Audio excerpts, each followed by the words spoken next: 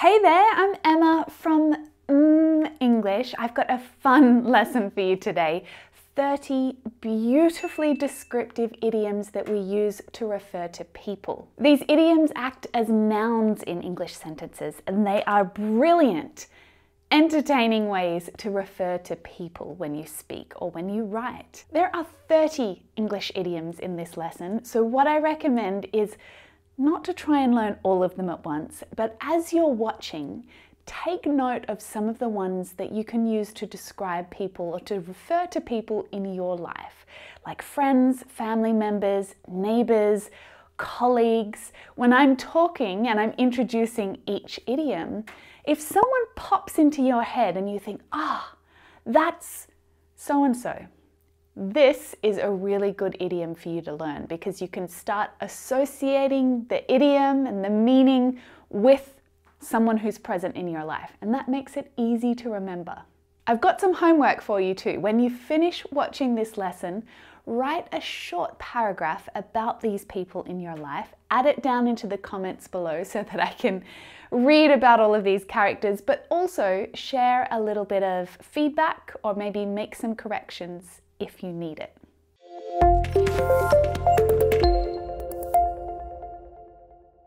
Do you know what my favourite thing about teaching you English idioms is?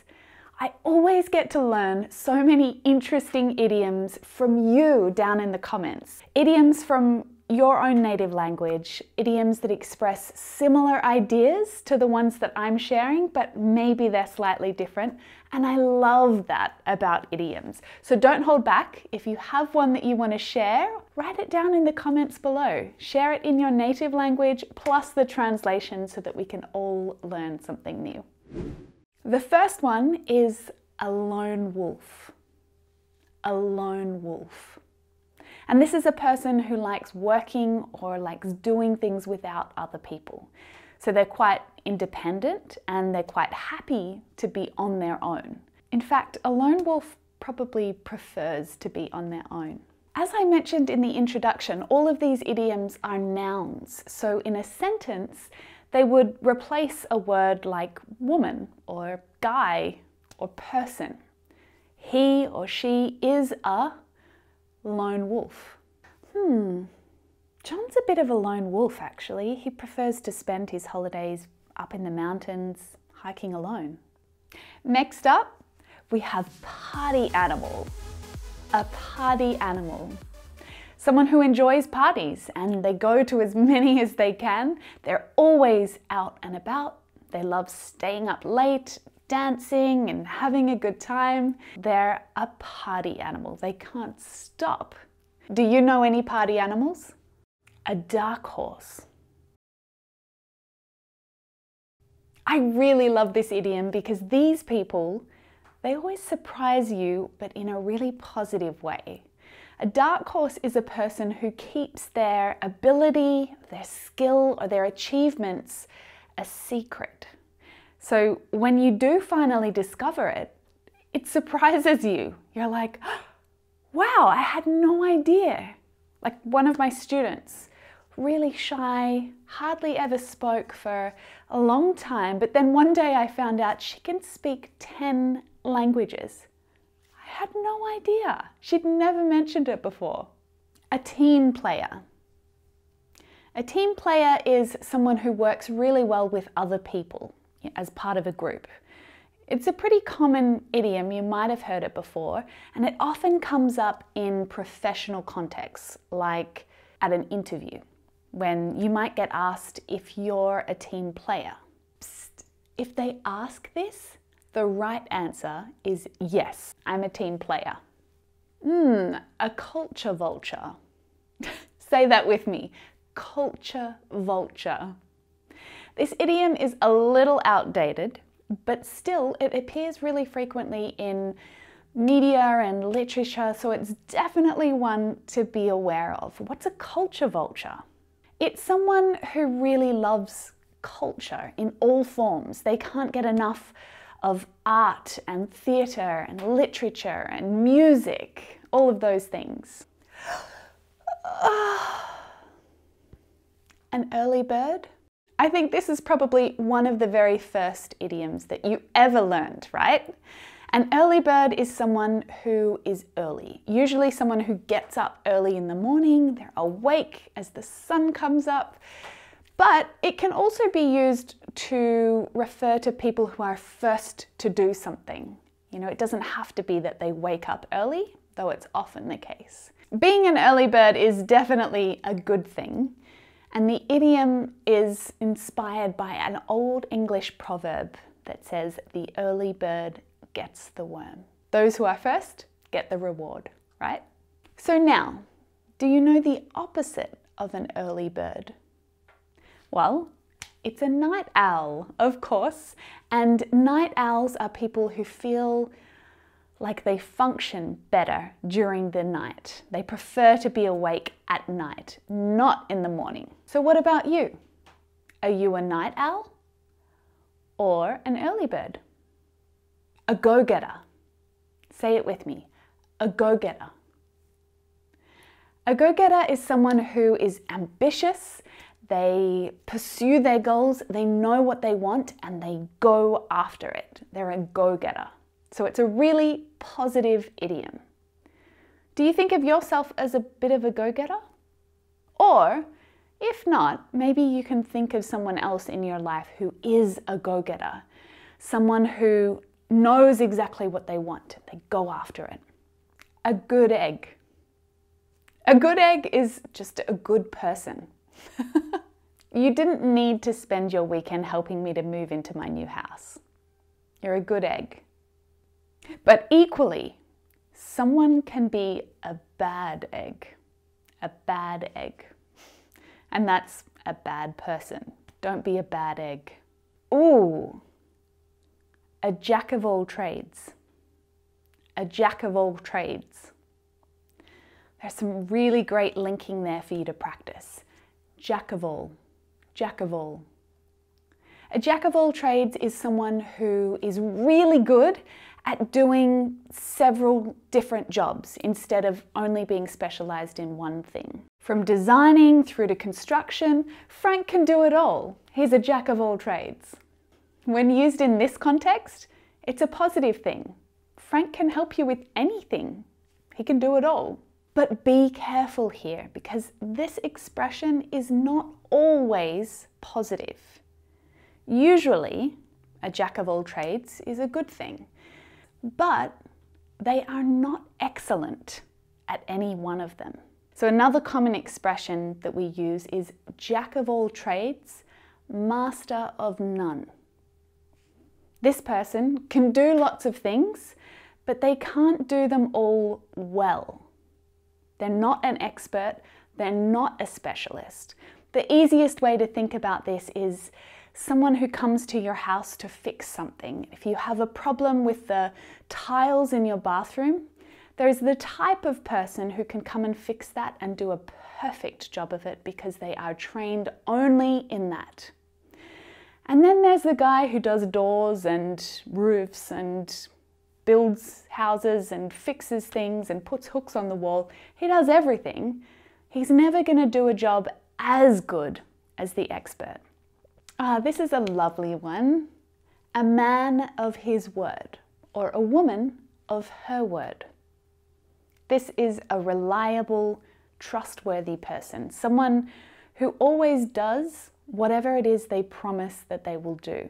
They stay true to the words that they say. A mover and shaker. So this is an influential person, someone who makes things happen. Often politicians and leaders might be a mover and shaker. I only know my grandma in her retirement, but apparently she was a real mover and shaker back in the day. She fought to introduce new regulations that ensured all children had access to free education. A smart cookie. A smart cookie refers to someone who is really clever. They're good at dealing with difficult situations or solving problems. What's that? You already know all of these idioms. Well, aren't you a smart cookie then? If you're a smart cookie, then you might be the teacher's pet. The teacher's pet.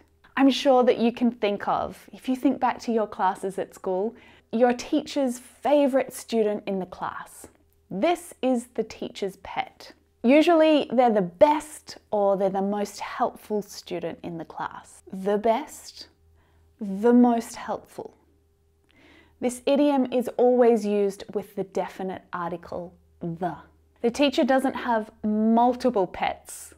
They only have one favourite. You can only have one favourite. It's not fair. The teacher's never angry with Jim when he forgets to do his homework. He's the teacher's pet. A creature of habit. A creature of habit.